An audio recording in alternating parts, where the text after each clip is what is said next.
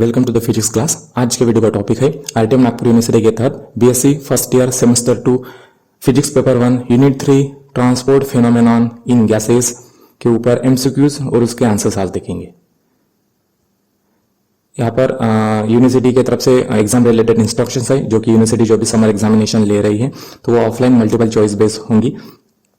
इस एग्जाम में जो भी कंडक्ट होने वाली है तो ये होम सेंटर में होगा, यानी कि स्टूडेंट के अपने कॉलेज में होंगी। क्वेश्चन पेपर में टोटल 50 क्वेश्चंस होंगे, उसमें से कोई भी 40 क्वेश्चंस आपको सॉल्व करने पड़ेंगे। हर एक क्वेश्चन ये 2 मार्क के लिए पूछा जाएगा। इस एग्जाम का जो टाइम ड्यूरेशन होगा वो 90 मिनट का होगा और जो भी क्वेश्चन के ऑप्शन दिए गए हैं उसमें से जो भी करेक्ट ऑप्शन होगा उस ऑप्शन के सामने हमको राइट मार्क करना होगा। Question 1, The phenomenon of transfer of momentum of gas molecule is called. Option A, thermal conductivity. Option B, surface tension. Option C, diffusion. Option D, viscosity. Correct answer is option D, viscosity. अब viscosity जैसे कि liquid में viscosity होती है, viscosity का मतलब होता है गाढ़ानेस। जैसे कि हनी होता है या शहद बोलते हैं, तो उसका जो गाढ़ानेस होता है वो सबसे ज्यादा होता है कंपेयर वाटर या फिर मिल्क से। तो जितना ज्यादा विस्कोसिटी होगी उतना ज्यादा गाढ़ानेस होगा, उतना कम लिक्विड वो फ्लो करेगा। उसी तरह से जो भी गैसेस होते हैं उनमें भी विस्कोसिटी होती है, और ये जो विस्कोसिटी होती है ये मोमेंटम के ट्रांसपोर्ट होने से ही होती है। तो जिसके पास में ज्यादा विस्कोसिटी होगी वो ज्यादा गाढ़ा होगा और उसकी वेलोसिटी, फ्लो होने की वेलोसिटी कम होगी।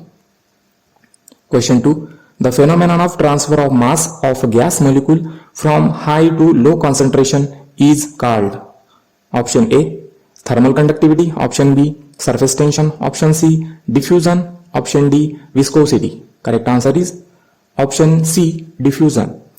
अब यहाँ पे डिफ्यूजन का मतलब क्या होता है कि सपोज मान लो कि एक रूम है, वैकेंट रूम है, यानी कि उसमें कुछ भी पार्टिकल नहीं है, और जैसे हम उसमें गैस भर देंगे, यानी कि किसी एंड से गैस फिलअप करना शुरू कर देंगे, तो गैस क्या होगा कि जहां पे हाई कॉन्सेंट्रेशन है, यानी कि जहां पे सोर्स है वहां से अपोजिट डायरेक्शन में या दूसरी डायरेक्शन में फैल जाएगा जहां पर कॉन्सेंट्रेशन कम है।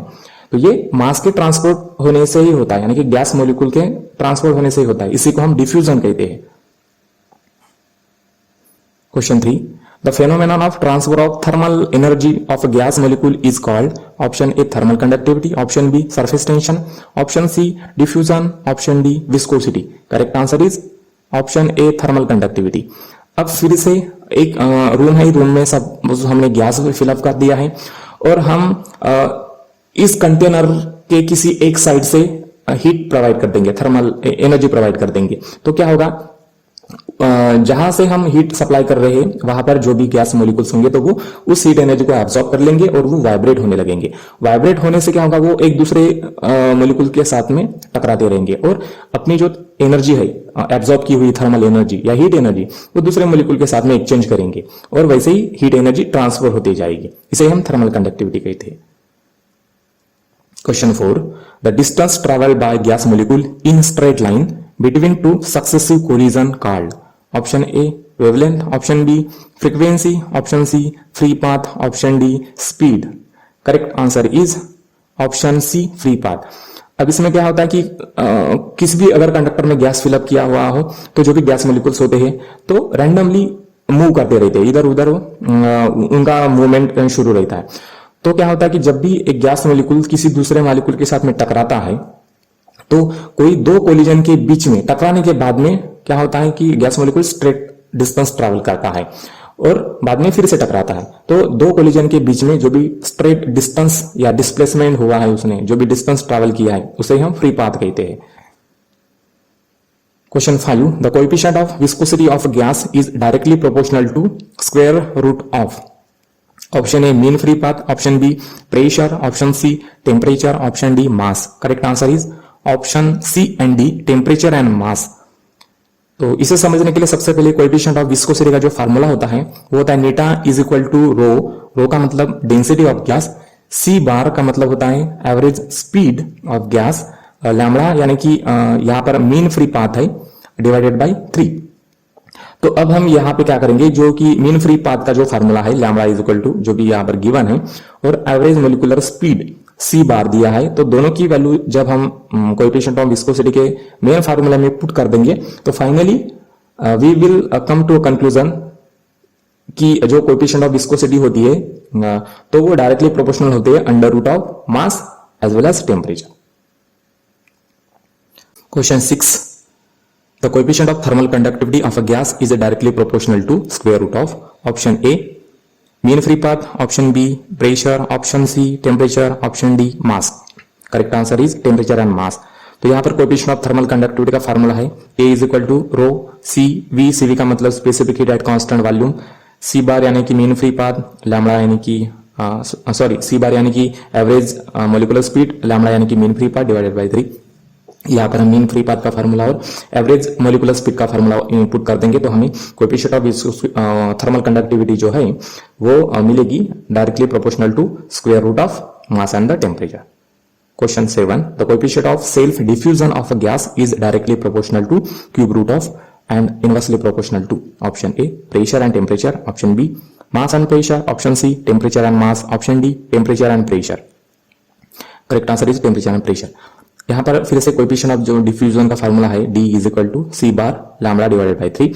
फिर से हम यहाँ पे मीन फ्री पाथ और एवरेज मोलिकुलर स्पीड का जो रिलेशन है यहाँ पे हम इनपुट कर देंगे तो कोएफिशिएंट ऑफ डिफ्यूजन फाइनली निकल के आ जाएगा, तो वो होगा डायरेक्टली प्रोपोर्शनल होगा क्यूब रूट ऑफ टेम्परेचर और इनवर्सली प्रोपोर्शनल होगा pressure.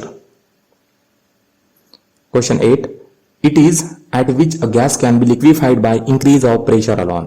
Option A critical pressure, option B critical volume, option C critical temperature, option D critical density. Correct answer is option C critical temperature. अब critical temperature का मतलब ये होता है कि जो भी हमारे घर में सपोज मान लो कि एलपीजी गैस है, सिलेंडर है, तो सिलेंडर में जो भी गैस भरी हुई होती है तो वो लिक्विड फॉर्म में होती है, यानी कि क्या होता है कि उस गैस को हाई प्रेशर पे लिक्विड में कन्वर्ट किया जाता है। तो जिस टेम्परेचर में वो कन्वर्ट होता है लिक्विड में, गैस से लिक्विड में, उसी को हम क्रिटिकल टेम्परेचर कहते हैं। दूसरा एग्जांपल है जैसे कि नाइट्रोजन गैस, नाइट्रोजन गैस का टेम्परेचर हम इतना कम कर देंगे ताकि वो लिक्विड हो जाए तो वो क्रिटिकल टेम्परेचर आता है उसका -196 डिग्री सेल्सियस, जिस पर जो नाइट्रोजन गैस है वो लिक्विफाइड हो जाता है, जिसे हम लिक्विड नाइट्रोजन कहते हैं। Question 9, monoatomic gas molecule has degree of freedom and molar specific heat. Option A 1 and 1.2, option B 3 and 1.66, option C 5 and 1.3, option D 6 and 1.4। Correct answer is option B 3 and 1.66। तो यहाँ पर degree of freedom का मतलब क्या होता है कि degree of freedom का मतलब होता है number of independent coordinate require to study the motion of particle. ठीक है, तो यहाँ पर सपोज मान लो कि कोई पार्टिकल है, मोनोएटॉमिक गैस का मॉलिक्यूल है, अगर इसकी मोशन की स्टडी करनी है तो हमें क्या चाहिए, 3 कोऑर्डिनेट एक्सिस चाहिए, जैसे कि एक्स एक्सिस क्योंकि वो एक्स एक्सिस पर भी मूव हो सकता है, वाई एक्सिस जिसे वो इंडिपेंडेंटली वाई एक्सिस पर भी मूव हो सकता है, और जेड एक्सिस पर क्योंकि ये 3 डायमेंशनल बॉडी है इसलिए हमें 3 एक्सिस लगेंगे। लेकिन जब हम रोटेशन की बात करते हैं, क्योंकि ये स्फीरिकल है तो रोटेट करेगा तो वो सिमिलर ही रहेगा, सिमेट्रिकल रहेगा, इसलिए हमें रोटेशन के जो होते हैं, रोटेशन के जो कोऑर्डिनेट्स होते हैं तो उसकी कोई जरूरत नहीं, इसलिए हम इसका जो डिग्री ऑफ फ्रीडम होगा वो 3 होगा in case of monoatomic gas. और मोलर स्पेसिफिक हीट कैसे निकालेंगे, उसके लिए फार्मूला है 1 + 2 divided by degree of freedom. अब यहाँ पे डिग्री ऑफ फ्रीडम है 3, तो 1 + 2 डिवाइडेड बाय 3 को हम सॉल्व करेंगे तो हमें मिलेगा 1.66। Question 10, a diatomic gas molecule has degree of freedom and molar specific heat. Option A 1 and 1.2, option B 3 and 1.66, option C 5 and 1.4, option D 6 and 1.3। Correct answer is option C 5 and 1.4। अब फिर से यहाँ पर diatomic molecule से जिसमें 2 atoms की bonding है, मिले हुए है, तो क्या होगा यहाँ पर जो भी ये आपका डायटोमिक मॉलिक्यूल होगा, गैस मॉलिक्यूल होगा, तो वो इंडिपेंडेंटली एक्स एक्सिस पर मूव करेगा, वैसे ही वाई एक्सिस पर और जेड एक्सिस पर, 3 एक्सिस पर इंडिपेंडेंटली मूव करेंगे। अब जो ये मॉलिक्यूल होगा, फर्स्ट एटम जो होगा इस गैस मॉलिक्यूल का, तो वो दूसरे एटम के सराउंडिंग में रोटेट कर सकता है। ठीक है, ये भी इंडिपेंडेंट होगा। और साथ साथ दूसरी प्रोबेबिलिटी ये भी हो सकती है कि जो सेकंड एटम होगा वो फर्स्ट एटम के अबाउट रोटेट हो सकता है, यानी कि यहाँ पर 2 डिग्री ऑफ रोटेशनल डिग्रीज है या फिर 2 रोटेशनल कोऑर्डिनेट्स हम इंडिपेंडेंटली यहाँ पर यूज कर रहे हैं। इसलिए इसका जो डिग्री ऑफ फ्रीडम होगा तो वो 3 ट्रांसलेशन मोशन के होंगे एक्स वाई जेड पे और 2 रोटेशनल के होंगे, कुल मिलाकर 5। अब इसकी जो स्पेसिफिक हीट है तो इसका फार्मूला क्या है, 1 + 2 divided by degree of freedom. अब यहाँ पर डिग्री ऑफ फ्रीडम 5 है तो 1 + 2/5 को सॉल्व करेंगे तो हमें क्या मिलेगा, 1.4। Question 11, a polyatomic gas molecule has degree of freedom and molar specific heat.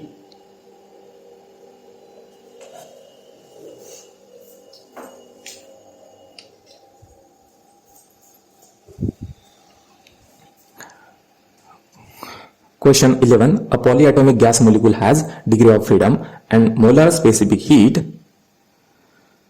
Option A 1 and 1.2. Option B 3 and 1.66. Option C 5 and 1.4. Option D 6 and 1.33. Correct answer is option D 6 and 1.33। अब यहाँ पर polyatomic gas है, polyatomic gas का मतलब होता है 2 से ज्यादा, यानी कि वो 3 भी हो सकते हैं, 4 या 5 भी एटम्स हो सकते हैं, यानी कि 3-4 एटम मिलके एक जो बनता है वो उस गैस मॉलिक्यूल को हम पॉलीएटॉमिक कहते हैं। पॉली का मतलब मल्टीपल्स, मल्टीपल इन नंबर, ठीक है। तो अब यहाँ पे क्या होगा कि जो भी मॉलिक्यूल्स होंगे वो इंडिपेंडेंटली एक्स एक्सिस पे मूव करेंगे, वाई एक्सिस पर मूव करेंगे, उसी तरह से जेड एक्सिस पर मूव करेंगे। साथ साथ यहाँ पर क्या होगा कि जो भी एटम्स है तो वो जो भी एटम एक्स एक्सिस पे होगा उसके अबाउट रोटेट कर सकते हैं, या फिर जो एटम वाई एक्सिस की तरफ होगा ओरिएंट करेगा तो उसके अबाउट भी रोटेट कर सकते हैं, या फिर जो कोई भी एटम अगर जेड एक्सिस के डायरेक्शन पे होगा, डायरेक्शन की तरफ होगा या ओरिएंट करेगा तो उसके सराउंडिंग में भी बाकी के 2 एटम रोटेट कर सकते हैं। तो यानी कि कुल मिलाकर 3 ट्रांसलेशनल इंडिपेंडेंट कोऑर्डिनेट हम यूज कर रहे हैं और 3 रोटेशनल कोऑर्डिनेट हम यहाँ पर यूज कर रहे हैं to study the motion of this gas. इसलिए डिग्री ऑफ फ्रीडम होगा यहाँ पर 6, और जो भी मोलर स्पेसिफिक हीट है तो उसका फॉर्मूला है 1 + 2 divided by degree of freedom, जो कि डिग्री ऑफ फ्रीडम का 6 है तो 1 + 2/6 हम सॉल्व करेंगे तो हमें मिलेगा answer 1.33। Question 12, energy associated with 1 molecule per degree of freedom is equal to. Option A kT divided by 2, K का मतलब बोल्ट्जमैन कांस्टेंट है, टी का मतलब temperature, B kT divided by 3, C kT divided by 6, D k into T. Correct answer is option A kT divided by 2। अब यहाँ पर जो molecule होगा, जैसे कि हमने अभी भी देखा है कि मोनोएटॉमिक गैस के मॉलिक्यूल में क्या होता है कि 3 डिग्री ऑफ फ्रीडम होते हैं। ओके, तो अब इनकी जो टोटल एनर्जी होगी इस गैस मॉलिक्यूल की वो कितनी होगी, 3/2 kT, 3/2 kT, क्योंकि 3 डिग्री ऑफ फ्रीडम होते हैं। तो हर एक डिग्री पर कितनी एनर्जी एसोसिएट करेगी, कितनी एनर्जी रिलेटेड रहेंगी, यानी कि हर एक डिग्री से उसे कितनी एनर्जी मिलेगी, तो वो होगा ½ kT, यानी कि 1/2 k into T. Question 13, a system which can exchange energy and matter with surrounding is called. Option A, isolated system. Option B, closed system. Option C, open system. Option D, Carnot cycle. Correct answer is option C, open system. अब यहाँ पर क्या है, एक system है और दूसरा surrounding है या फिर एनवायरनमेंट है। तो यहाँ पर देखो ओपन सिस्टम में क्या होता है कि जो भी गैस मॉलिक्यूल्स या जो भी पार्टिकल्स होते हैं तो उनका मास और उनकी एनर्जी डायरेक्टली सराउंडिंग के साथ में इंटरैक्ट होती है या एक्सचेंज होती है, उसी को हम ओपन सिस्टम कहते हैं। Question 14, a system which can exchange energy with surrounding is called as.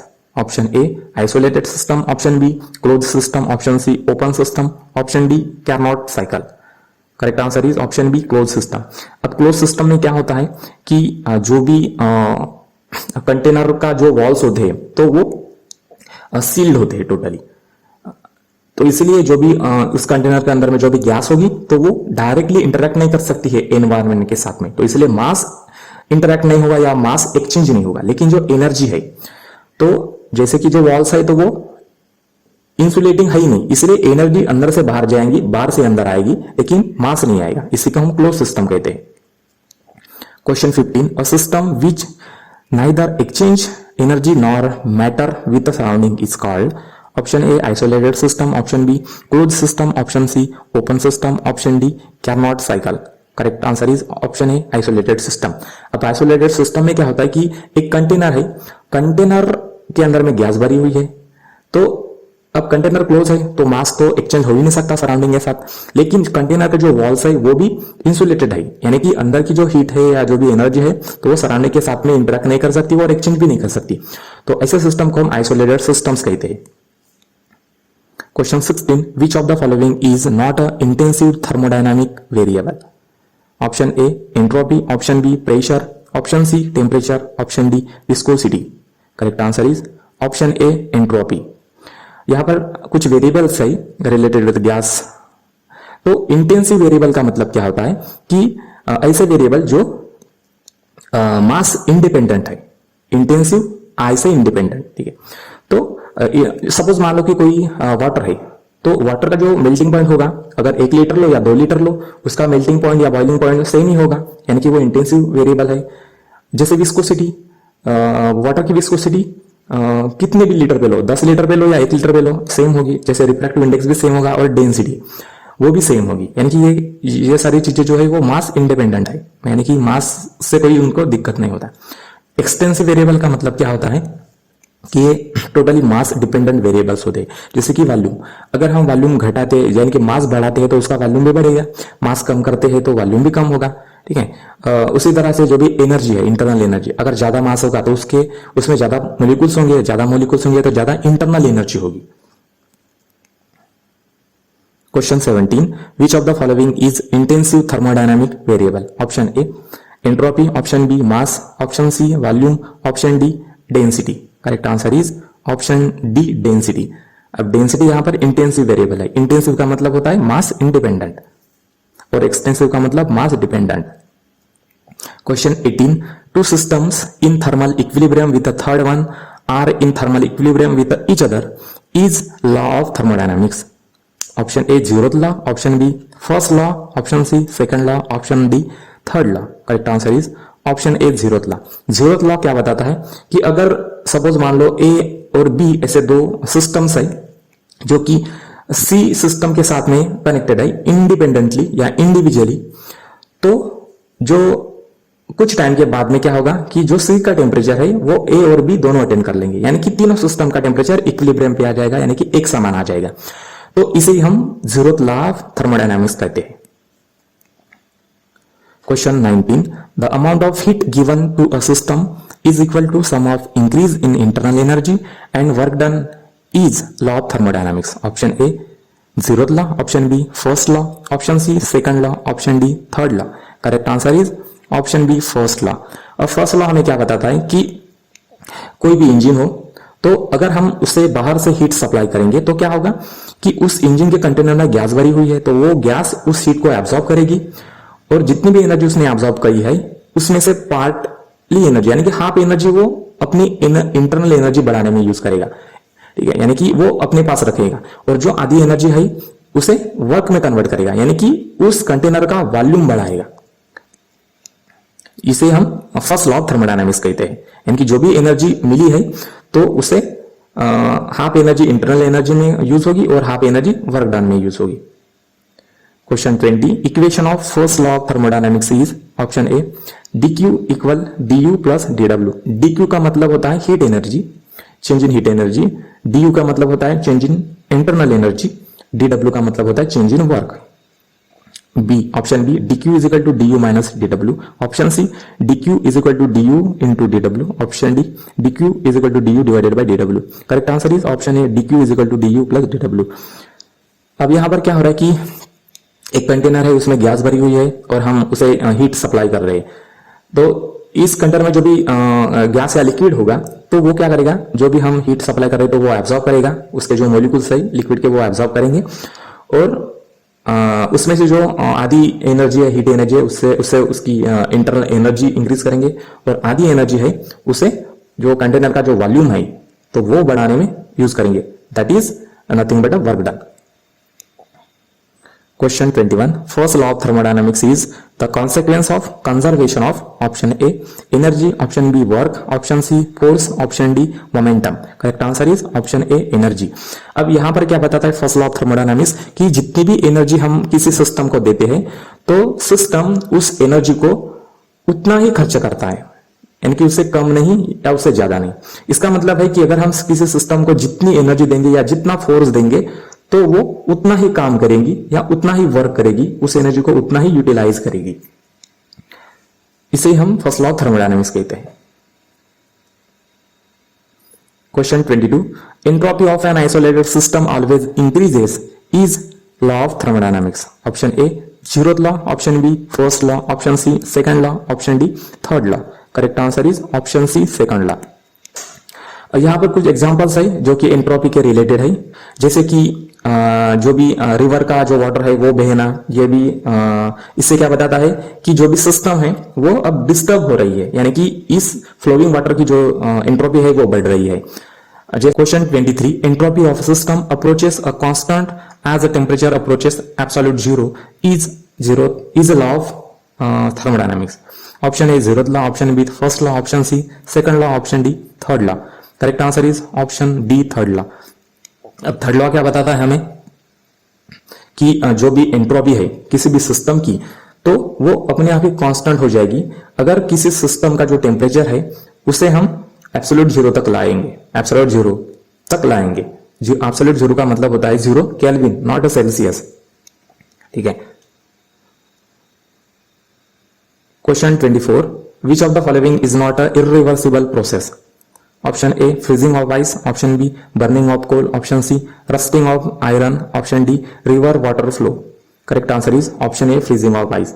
तो रिवर्सिबल का मतलब क्या होता है कि ऐसे सिस्टम्स जो रिवर्स भी हो सकते हैं, यानी कि जैसे कि मान लो कि लिक्विड है, लिक्विड का हम आइस बना सकते हैं, तो उसी तरह से आइस का लिक्विड भी बना सकते हैं। तो ये रिवर्सिबल साइकिल होगी या रिवर्सिबल प्रोसेस या सिस्टम है। इरिवर्सिबल का मतलब क्या है, ऐसे सिस्टम्स जो एक बार होने के बाद में उसे रिपीट नहीं कर सकते। जैसे कि रिवर फ्लो हो रही है तो वो जिस डायरेक्शन में जा रही है उसी डायरेक्शन में जाएंगी, हम उसे रिवर्स नहीं कर सकते। जैसे कि रस्टिंग ऑफ आयरन, अगर किसी आयरन में रस्ट या जो भी जंग है या जो भी रस्टिंग आ रही है उसमें, तो वो फिर से हम रिवर्स नहीं कर सकते, क्योंकि जब भी रस्टिंग होती है तो उसमें मास लॉस होता है। उसी तरह से जो भी यहाँ पर कोल है ये जो बर्न हो रहा है, तो इसे हम फिर से रिवर्स नहीं कर सकते। रिवर्स करेंगे क्योंकि बर्निंग में भी क्या होता है, मास लॉस होता है। Question 25, efficiency of Carnot heat engine is given by. Option A 1 plus T2 divided by T1। T1 यहाँ पर हाई टेम्परेचर है और T2 यहाँ पर लो टेम्परेचर है। Option B 1 minus T1 upon T2, option C 1 minus T2 upon T1, option D 1 plus T1 upon T2। Correct answer is option C 1 minus T2 upon T1। किसी भी heat engine को जब भी वो work करता है तो उसमें एक हाई रिजर्वायर होता है जिसका हाई टेम्परेचर होता है और एक कोल्ड रिजर्वायर होता है जिसका लो टेम्परेचर होता है, और इन्हीं टेम्परेचर के बिटवीन आपका हीट इंजन काम करता है। ये किसी भी गैस के ऊपर डिपेंड नहीं होता है, ये सिर्फ टेम्परेचर के ऊपर डिपेंड होता है। यानी कि जितना ज्यादा टेम्परेचर डिफरेंस उतना ज्यादा उसकी एफिशिएंसी या उसकी कैपेसिटी ज्यादा होगी।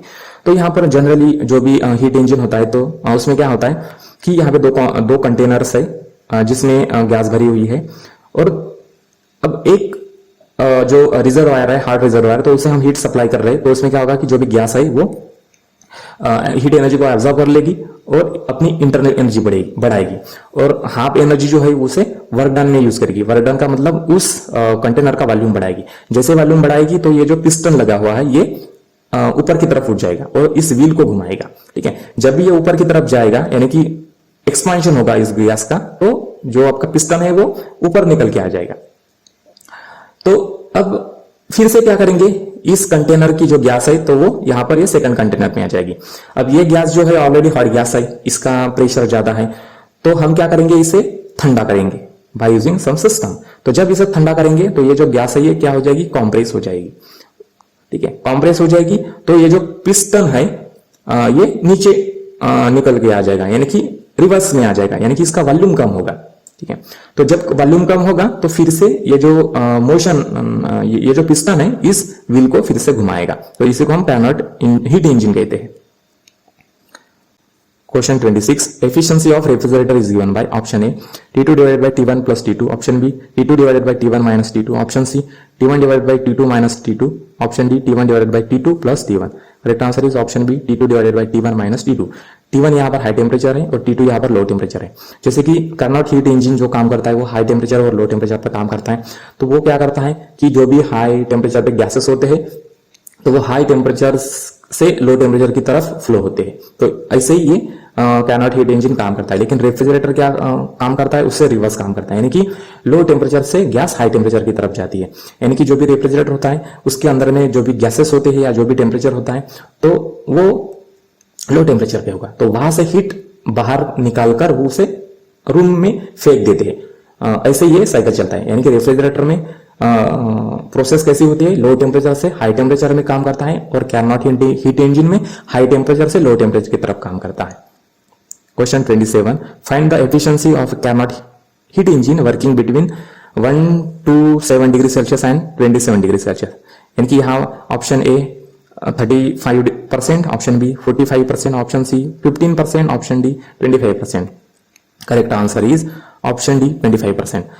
तो इस न्यूमेरिकल को सॉल्व करने के लिए सबसे पहले हम हाई टेम्परेचर लेंगे जो कि 120 डिग्री सेल्सियस दिया गया है। इसे हम केल्विन डिग्री में कन्वर्ट करेंगे। 1 डिग्री यानी कि 0 डिग्री का मतलब 0 डिग्री सेल्सियस का मतलब होता है 273 केल्विन, तो हमें मिलेगा 400 केल्विन डिग्री सेल्सियस। अब लो टेम्परेचर कितना है 27 प्लस 273 केल्विन, तो हमें मिलेगा 300 केल्विन डिग्री सेल्सियस। अब एफिशिएंसी का फार्मूला क्या है हीट इंजन के, 1 minus T2 divided by T1। अब यहाँ पर हाई टेम्परेचर क्या है हमारा 400 डिग्री केल्विन, यहाँ पर पुट कर देंगे। ओके सॉरी, T2 है लो टेम्परेचर जो कि 300 डिग्री केल्विन है और T1 है हाई टेम्परेचर 400 डिग्री केल्विन है। तो इसे सॉल्व करेंगे तो हमें मिलेगा एफिशिएंसी जो होगी वो 0.25 है, यानी कि इसको परसेंटेज में करेंगे तो 25% हो जाती है। Thank you.